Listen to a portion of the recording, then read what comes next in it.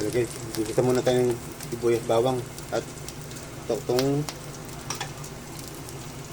kapratong manok. Gigisa lang po tayo ng gulay.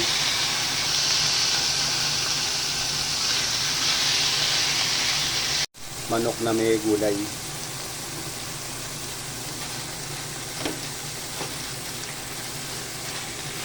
Okay guys, ito. Atangkot na po natin yung manok. Ngayon, pilagay po natin ng konting bell pepper. Ayan guys, napag-grill tayo. Lagyan na po natin itong onion leaf. Ayan, lagyan na po natin yung repolyo. Ito.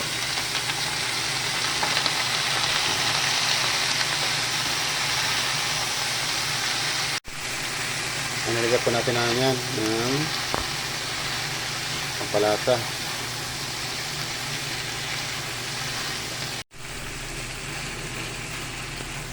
So guys, nakaluto na po tayo ng ginisang manok na may gulay, repolyo. Ayan po.